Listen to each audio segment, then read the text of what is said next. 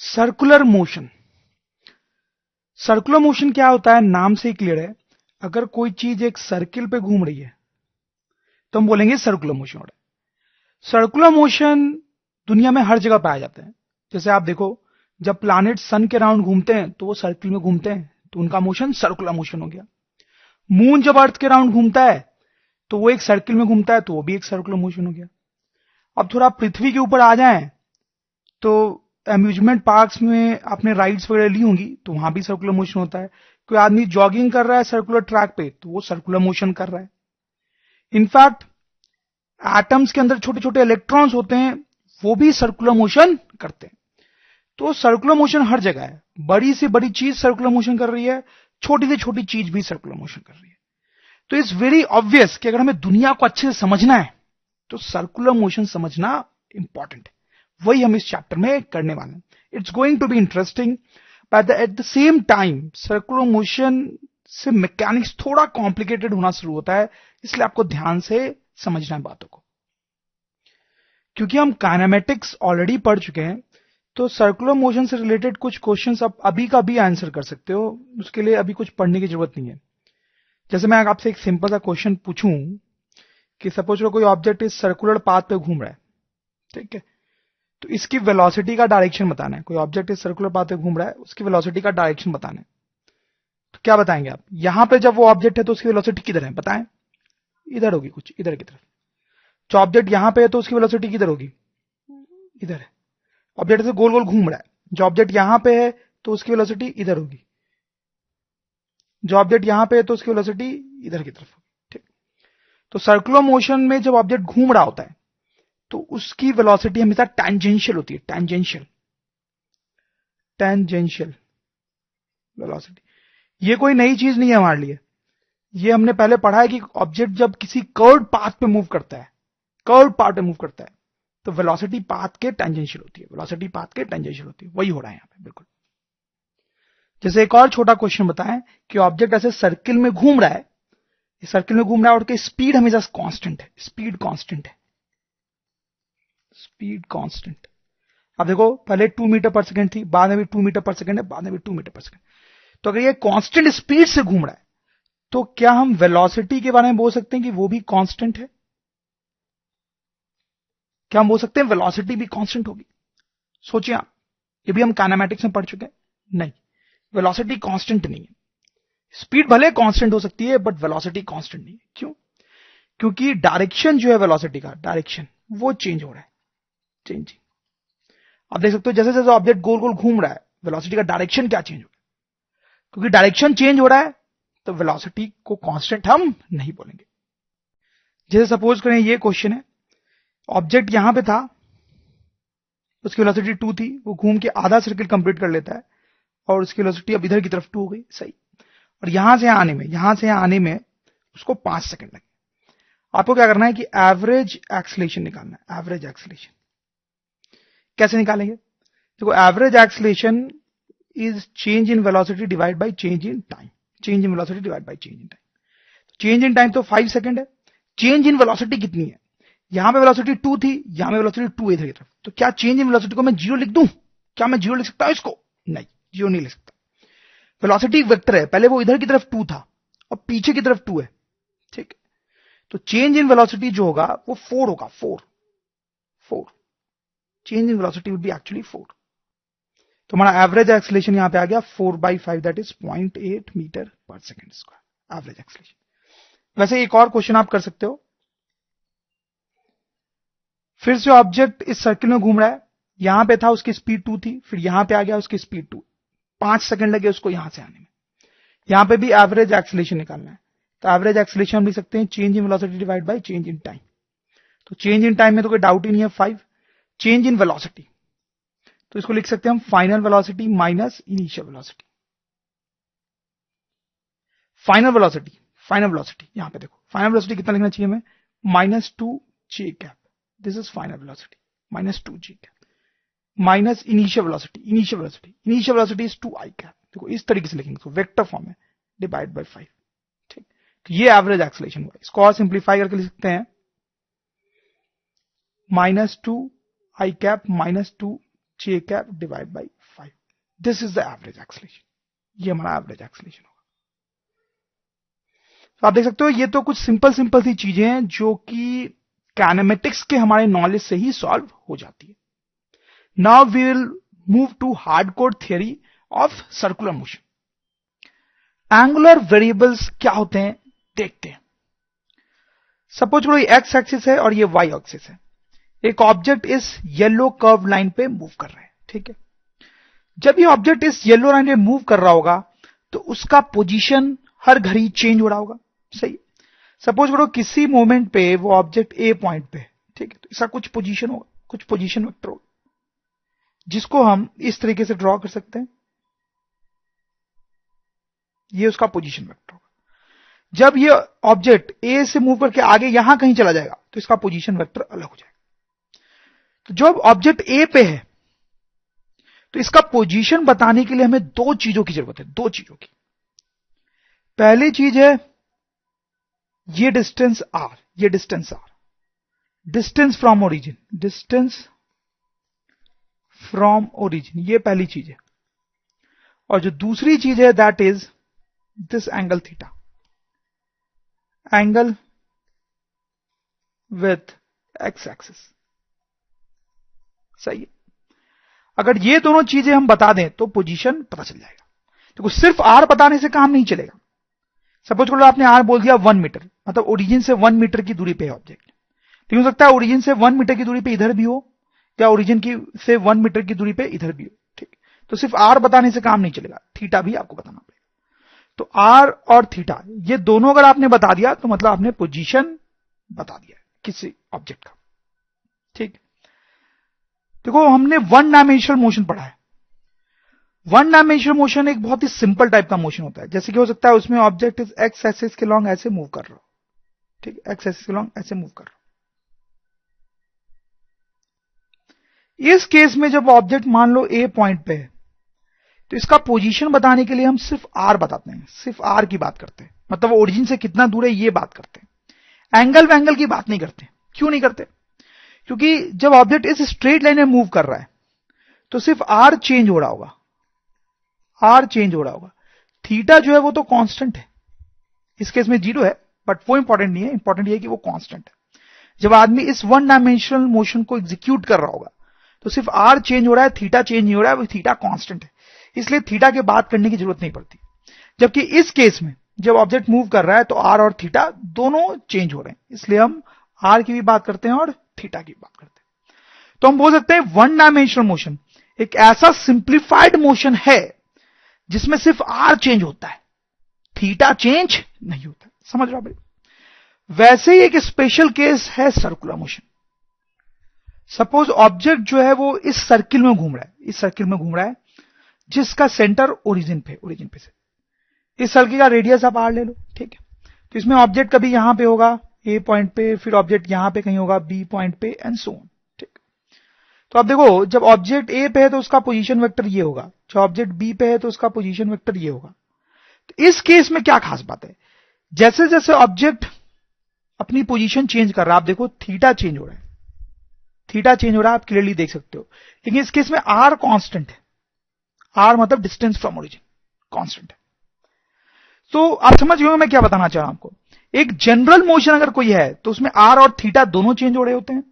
One dimensional motion एक special simple type का motion है जिसमें सिर्फ आर चेंज हो रहा होता है, थीटा कांस्टेंट रहता है। उसी तरीके से सर्कुलर मोशन एक स्पेशल टाइप का मोशन है जिसमें थीटा ही सिर्फ चेंज होता है, आर कांस्टेंट रहता है। वन डायमेंशनल मोशन में थीटा कांस्टेंट होता है और सर्कुलर मोशन में आर कांस्टेंट होता है। तो वो हम वन डायमेंशनल मोशन और सर्कुलर मोशन इन दोनों को बहुत डिटेल में कंपेयर करेंगे, जिससे हमारे सर्कुलर मोशन की अंडरस्टैंडिंग और डेवलप होगी। वन डायमेंशनल मोशन और सर्कुलर मोशन दोनों को कंपेयर करने वाले।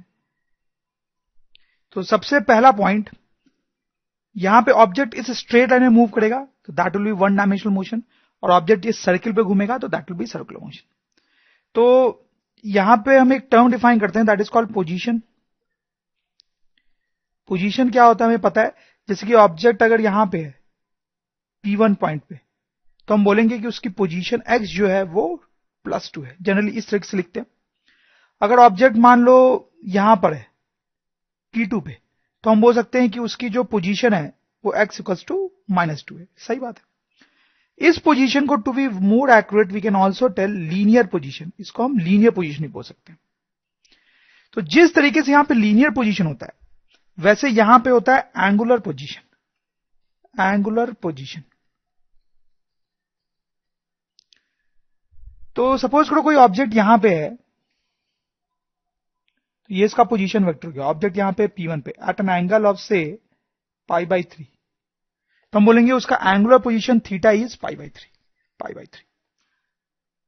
तो यहां पे पोजीशन की जब हम बात करते हैं तो हम ओरिजिन से डिस्टेंस की बात कर रहे होते हैं, ओरिजिन से डिस्टेंस की बात कर रहे होते हैं। यहां पे जब हम पोजीशन की बात कर रहे होते हैं तो हम इस एंगल की बात कर रहे होते हैं। तो यहां पे ओरिजिन से डिस्टेंस की बात क्यों कर रहे होते हैं, क्योंकि वही चेंज होता है, थीटा चेंज नहीं होता है। और यहां पे थीटा की ही बात करते हैं क्योंकि थीटा चेंज हो रहा होता है। तो यहां पे इसको बोलते हैं लीनियर पोजीशन और इसको बोलते हैं एंगुलर पोजीशन। जैसे देखो यहां पे जो लीनियर पोजीशन है वो पॉजिटिव और निगेटिव दोनों हो सकता है, वैसे एंगुलर पोजीशन की भी कहानी है। सपोज करो ऑब्जेक्ट अगर इधर है P2 पॉइंट पे और ये एंगल π/3 है, तो हम बोलेंगे एंगुलर पोजीशन एट P2, पहले वाला P1 पे था, angular position at P2 will be equal to -π/3। तो अगर x एक्सिस के ऊपर एंगल बन रहा है तो उसको पॉजिटिव लेते हैं जनरली, और x एक्सिस के नीचे एंगल बन रहा है तो उसको हम निगेटिव लेते हैं, तो पोजीशन -π/3 हो जाएगी। अब समझ रहे होंगे बात। दूसरा पॉइंट देखते हैं, that is called displacement delta x। जैसे कि सपोज करो कि ऑब्जेक्ट जो है P1 पे था और बाद में वो P3 पे चला गया, ऑब्जेक्ट P1 से P3 चला गया, P1 से P3, तो हम डिस्प्लेसमेंट कैसे डिफाइन करते हैं उसका, final position minus initial position, यही तरीका होता है डिफाइन करने का। तो फाइनल पोजीशन हो जाएगा 3 और इनिशियल 2, तो डिस्प्लेसमेंट विल बी 1। इसको मोर एक्यूरेटली हम लीनियर डिस्प्लेसमेंट बोलेंगे, लीनियर डिस्प्लेसमेंट। वैसे यहां पे हम एंगुलर डिस्प्लेसमेंट डिफाइन करेंगे, आप समझ गए होंगे एंगुलर डिस्प्लेसमेंट। जैसे यहां पे लीनियर डिस्प्लेसमेंट डेल्टा x था, वैसे angular displacement delta theta define किया जाएगा। तो this will B final theta minus initial theta. तो सपोज करो ऑब्जेक्ट P1 से P3 पे आता है, P1 से P3 पे आ जाता है यहां से घूमते हुए, ठीक है। और ये जो एंगल है ये दिया हुआ है 2π/3। तो अगर P1 से P3 तक ऑब्जेक्ट आया है तो हम उसका एंगुलर डिस्प्लेसमेंट कैसे लिखेंगे, final angular position that is 2π/3 minus initial angular position that is π/3। So the answer will be π/3, that will be angular displacement. So आप देख सकते हो जिस तरीके से लीनियर डिस्प्लेसमेंट डिफाइन किया जाता है एज चेंज ऑफ एक्स, वैसे एंगुलर डिस्प्लेसमेंट डिफाइन किया गया है चेंज ऑफ थीटा। तो आप देख सकते हो जैसे जैसे वन डायमेंशनल मोशन में टर्म्स होते हैं वैसे वैसे सर्कुलर मोशन के ये टर्म्स हैं। जैसे तीसरे टर्म की अगर हम बात करें तो यहां पे हम लीनियर वेलोसिटी की बात करते हैं वन डायमेंशनल मोशन में, जिसको हम जनरली सिर्फ वेलोसिटी बोल देते हैं, and that is defined as dx/dt, linear velocity. वैसे आप समझ गए होंगे यहां पे हम एंगुलर वेलोसिटी की बात करेंगे and that will be defined as what. अगर यहां पे dx/dt आ रहा है तो यहां पे क्या आना चाहिए, dθ/dt। इसको सिंबल ओमेगा से डिनोट किया जाता है, ओमेगा से। जैसे यहां पे वेलोसिटी का क्या मतलब होता है, वेलोसिटी का मतलब होता है कि ऑब्जेक्ट कितना तेज चल रहा है। अगर ऑब्जेक्ट तेजी से चल रहा होगा तो वेलोसिटी ज्यादा होगी, ऑब्जेक्ट धीरे से चल रहा होगा तो वेलोसिटी कम होगी, सही। वैसे एंगुलर वेलोसिटी का मतलब होता है, एंगुलर वेलोसिटी का मतलब होता है कि ऑब्जेक्ट कितने जल्दी घूम रहा है, लीनियर वेलोसिटी का मतलब ऑब्जेक्ट कितने जल्दी चल रहा है, एंगुलर वेलोसिटी का मतलब ऑब्जेक्ट कितने जल्दी घूम रहा है। ज्यादा एंगुलर वेलोसिटी का मतलब होगा ऑब्जेक्ट और बहुत जल्दी घूम रहा है, और कम एंगुलर वेलोसिटी का मतलब है ऑब्जेक्ट धीरे धीरे घूम रहा है, ठीक। तो आप देख सकते हैं दोनों जगह पे हम सेम टाइप के वेरिएबल्स डिफाइन कर रहे हैं। ये जो वेरिएबल्स होते हैं, ये जो वेरिएबल्स हमारे पास, इनको हम एंगुलर वेरिएबल्स बोलते हैं। एक चीज मैं आपको और बता दूं, जैसे पोजीशन की यूनिट क्या होती है? मीटर। मीटर होती है, इसमें कोई डाउट ही नहीं है, ठीक है। लीनियर डिस्प्लेसमेंट की यूनिट, क्योंकि दो पोजीशन को हम सब्ट्रैक्ट ही कर रहे होते हैं तो इसकी यूनिट भी मीटर ही होती है। और वेलोसिटी की यूनिट हो जाती है मीटर बाई सेकेंड, ठीक है। वैसे यहां भी कुछ यूनिट्स की बात कर लें तो एंगुलर पोजीशन में हम एंगल मेजर कर रहे होते हैं, एंगल। यहां पे यूनिट रेडियन होती है, रेडियन। डिग्री नहीं होती है, डिग्री नहीं होती है, ध्यान दें। तो ऐसा unit will be radian, radian, ठीक है, क्योंकि एंगल की ऐसा यूनिट ही रेडियन होती है। वैसे एंगुलर डिस्प्लेसमेंट में हम दो एंगल को सब्ट्रैक्ट कर रहे हैं तो यहां पे भी यूनिट जो है वो रेडियन होगी। और ओमेगा की यूनिट क्या होगी? That will B radian divide by second, ठीक है। जैसे एक छोटा सा एग्जांपल करें आप, बहुत ही छोटा सा सिंपल सा क्वेश्चन है। Find omega of seconds and minutes hand of a clock. मतलब एक घड़ी है, घड़ी, उसके सेकंड वाली जो सुई होती है और मिनट वाली जो सुई होती है वो गोल गोल घूम रही होती है, गोल गोल घूम रही होती है। उन दोनों का ओमेगा निकालना है। क्या करना चाहिए?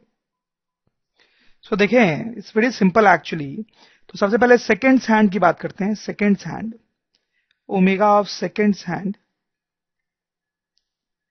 तो ओमेगा को हम लिख सकते हैं delta theta upon delta T, delta theta upon delta T, सही बात है। तो अब देखो, मैं ऐसा लिख सकता हूं 2 pi radian divide by 60 second, सही है ना। 60 सेकेंड में, 60 सेकेंड में सेकेंड वाली जो सुई है वो पूरा चक्कर काट लेती है, पूरा चक्कर। मतलब 2 पाई रेडियन एंगल कवर कर लिया ना उसने। टाइम हो गया 60 सेकेंड और उतने में एक चक्कर कंप्लीट किया, एक चक्कर, मतलब 2 पाई रेडियन एंगल कवर कर लिया। तो यही हमारा आंसर हो गया। So this will be pi by 30 radian per second. This will be the answer, सही है। अगर हम मिनट्स हैंड की बात करें, मिनट्स हैंड की, तो मिनट्स हैंड का जो ओमेगा होगा उसको भी हम ऐसे लिख सकते हैं delta theta upon delta T. अब तो आप इसको बिल्कुल ही सोच लेंगे। ये एक चक्कर जब घूम लेगा, एक चक्कर, तो एंगल हो जाएगा 2 पाई रेडियन। एक चक्कर घूमने का मतलब 360 डिग्री, 360 डिग्री मतलब 2 पाई रेडियन। और उसमें टाइम कितना लगेगा? 1 minute, sorry 60 minute, 60 minute. 60 minute में वो पूरा एक चक्कर काट लेगा, मतलब 2 पाई रेडियन एंगल कवर कर लेगा। तो यहां से जाएगा 2 पाई डिवाइड बाई 60 इंटू 60, ऊपर रेडियन और नीचे अब सेकंड आ गया, ठीक। Now this will be pi divide by 1800 radian per second. ये ओमेगा हो जाएगा इसका, ये दिस इज आंसर। तो यहां पे देख सकते हो कि ये वाला जो ओमेगा आया है वो ज्यादा है, ये ज्यादा है पाई बाई 30, और ये जो ओमेगा ये बहुत कम है। ये ओमेगा ज्यादा है, ओमेगा ज्यादा, ओमेगा ज्यादा। इसका क्या मतलब है? कि जल्दी जल्दी घूमना, जल्दी जल्दी घूमना। तो सही बात तो है, सेकंड वाली जो सुई होती है वो तो जल्दी जल्दी घूमती है, जल्दी जल्दी घूमती है। इसका ओमेगा कम आया है। ओमेगा कम होने का मतलब क्या है? धीरे धीरे घूमना, धीरे धीरे घूमना। तो सही बात है, मिनट वाली जो सुई होती है वो धीरे धीरे घूमती है, धीरे धीरे घूमती है, सही। ओके, तो अभी तक मैंने आपको वेलोसिटी का नहीं बताया। अब हम थोड़ा आगे बढ़ते हैं। Next thing is linear acceleration and angular acceleration. तो लीनियर एक्सेलेरेशन तो वही चीज होता है जो हमें ऑलरेडी पता है, that is d v upon d, rate of change of velocity, that is called linear acceleration. वैसे आप समझ होंगे यहां पे हम एंगुलर एक्सेलेरेशन की बात करते हैं। Angular acceleration is defined as, what do you think? D omega upon d t, rate of change of angular velocity. तो जैसी इस लीनियर एक्सेलेरेशन की कहानी होती है वैसी एंगुलर एक्सेलेरेशन की भी होती है। जैसे आप देखो, जब वन डायमेंशनल मोशन हो रहा होता है तो अगर एक्सेलेरेशन पॉजिटिव है तो जनरली इसका क्या मतलब होता है? कि वेलोसिटी बढ़ती है, वेलोसिटी बढ़ती है, वेलोसिटी बढ़ती है, चलने की स्पीड बढ़ रही है। एक्सेलेरेशन अगर निगेटिव है तो इसका मतलब क्या होता है? कि वेलोसिटी डिक्रीज होती है, कम होती है वेलोसिटी। और एक्सेलेरेशन अगर 0 है तो इसका मतलब होता है वेलोसिटी इज कांस्टेंट, सही। वैसा ही कुछ मतलब एंगुलर एक्सेलेरेशन का भी होता है। एंगुलर एक्सेलेरेशन को जनरली अल्फा से डिनोट करते हैं। तो अल्फा पॉजिटिव है तो ओमेगा बढ़ेगा, ओमेगा बढ़ेगा। अल्फा निगेटिव है तो जनरली ओमेगा कम होगा, और अल्फा अगर 0 है तो मतलब ओमेगा कांस्टेंट रहेगा। जैसे जब हम फैन चलाते हैं तो जब इस फैन को आप स्विच ऑन करोगे, स्विच ऑन करोगे तो पहले धीरे धीरे घूमेगा, धीरे धीरे घूमेगा, फिर तेज तेज तेज तेज घूमने लगेगा। तो यानी इसका ओमेगा बढ़ रहा है, ओमेगा बढ़ रहा है। तो उस टाइम अल्फा को हम पॉजिटिव बोल सकते हैं, अल्फा पॉजिटिव, क्योंकि इसका ओमेगा बढ़ रहा होगा, ओमेगा बढ़ रहा होगा। ठीक, फिर कुछ देर बाद क्या हो जाएगा, इसका ओमेगा कांस्टेंट हो जाता है, फिर ये कांस्टेंट ओमेगा के साथ घूमता है, फिर इसका घूमने की स्पीड बढ़ती नहीं है, घूमने की स्पीड बढ़ती नहीं है, कांस्टेंट ओमेगा के साथ घूमता है।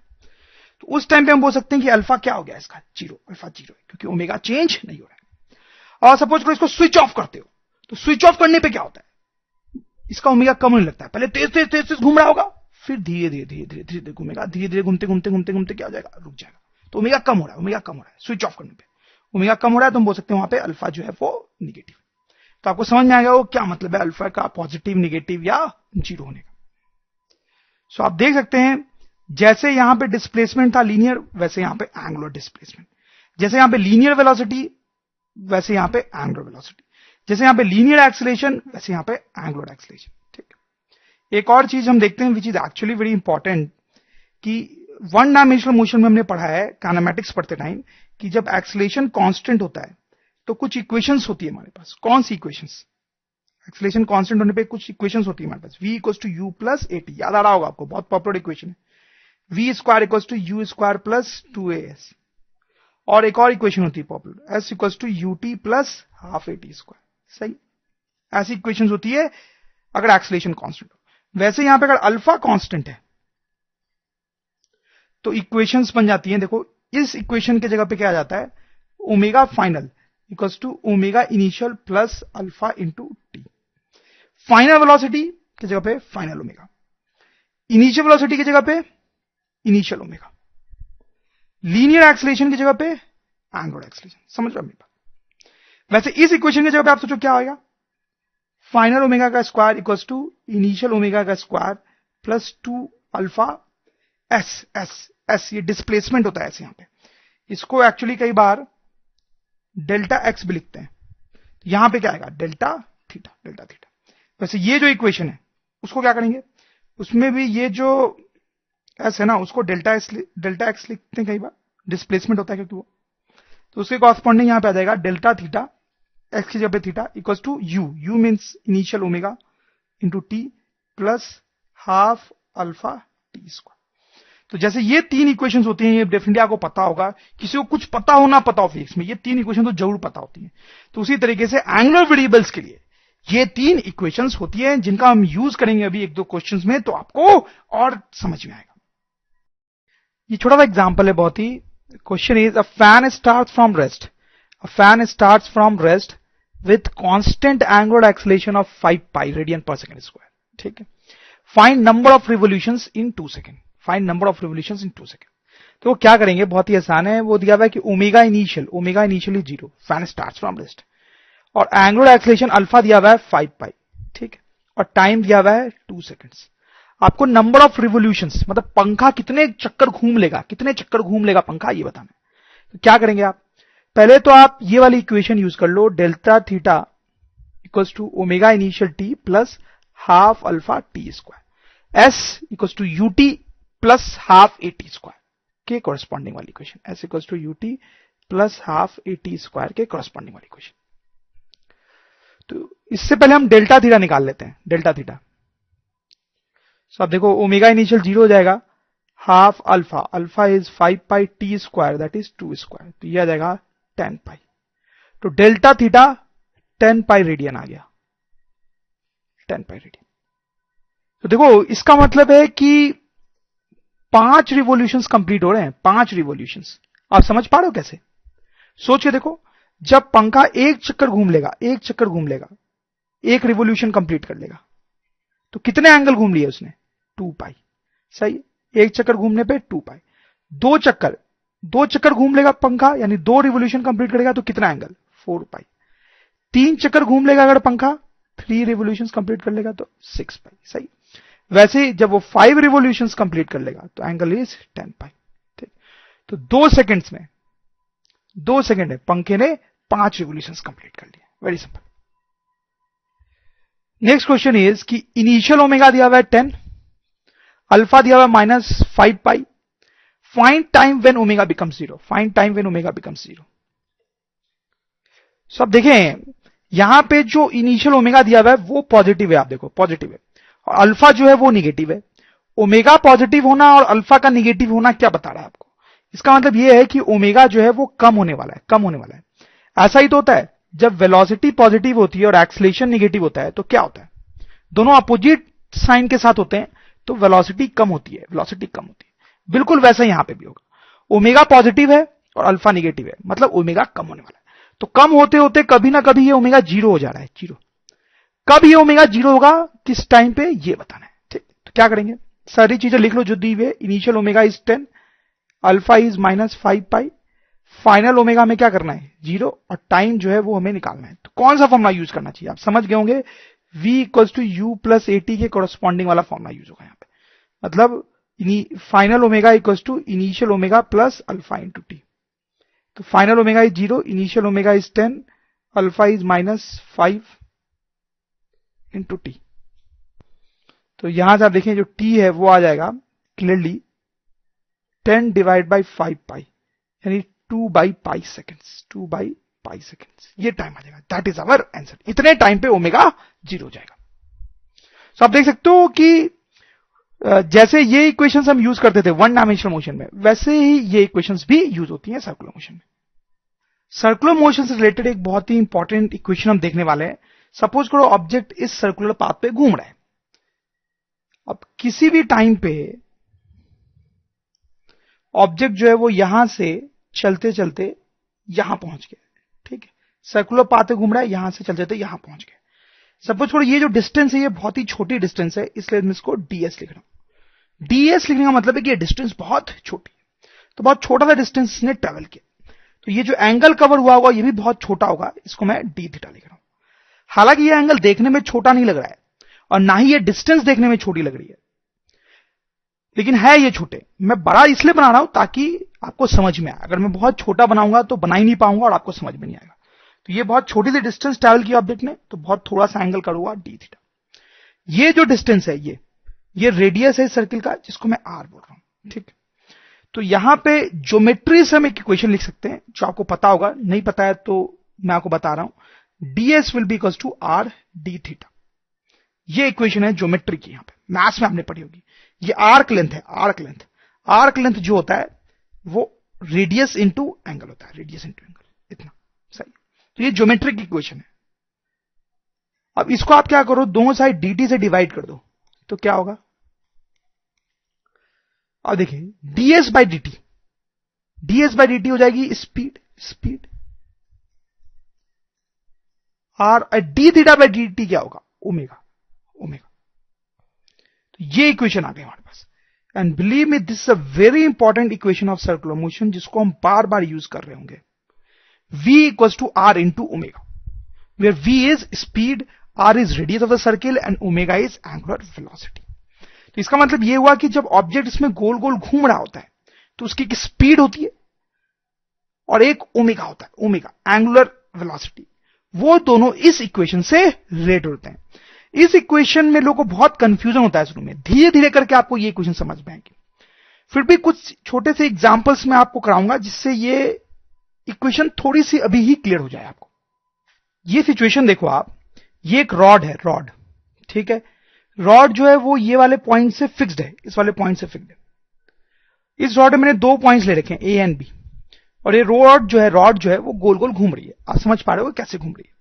तो ए जो पॉइंट है, ए पॉइंट, वो इस डॉटेड पाथ के लॉन्ग मूव कर रहा होगा, और ये जो बी पॉइंट है वो भी इस डॉटेड पाथ के लॉन्ग मूव कर रहा होगा। समझ रहे हो क्या? जैसे कुछ देर बाद की अगर मैं सिचुएशन बनाऊं तो कुछ ऐसा होगा, कुछ देर बाद ये रॉड घूम के यहां पर आ गई होगी, ए पॉइंट यहां आ गया होगा, बी पॉइंट यहां आ गया होगा। आपको मुझे ये बताना है कि ए और बी की अगर हम बात करें, ए की वेलोसिटी और बी की वेलोसिटी, तो कौन सी स्पीड ज्यादा है, कौन सी स्पीड कम है या बराबर है। वैसे ए और बी दोनों का ओमेगा भी कंपेयर करना है आपको, स्पीड ए और बी पॉइंट की और ओमेगा भी। कैसे कंपेयर करेंगे? तो देखो मैं आपको ये याद दिला दूं कि स्पीड जो है वो ये डिनोट करता है कि कितना डिस्टेंस ट्रेवल किया गया है, कितना डिस्टेंस ट्रेवल किया गया है। स्पीड जो है वो डिस्टेंस ट्रेवल कितना किया गया है उससे रिलेटेड है, कितने जल्दी जल्दी डिस्टेंस ट्रेवल किया गया है इससे रिलेटेड है। और ओमेगा जो है वो इससे रिलेटेड है कि कितना एंगल कवर किया गया है, कितने जल्दी जल्दी एंगल कवर्ड। क्योंकि स्पीड क्या होता है, dx बाई dt, और ओमेगा क्या होता है, d थीटा बाई dt। ठीक, तो ये समझना जरूरी है। अगर हम बोल रहे हैं किसी चीज की स्पीड ज्यादा है, स्पीड ज्यादा है,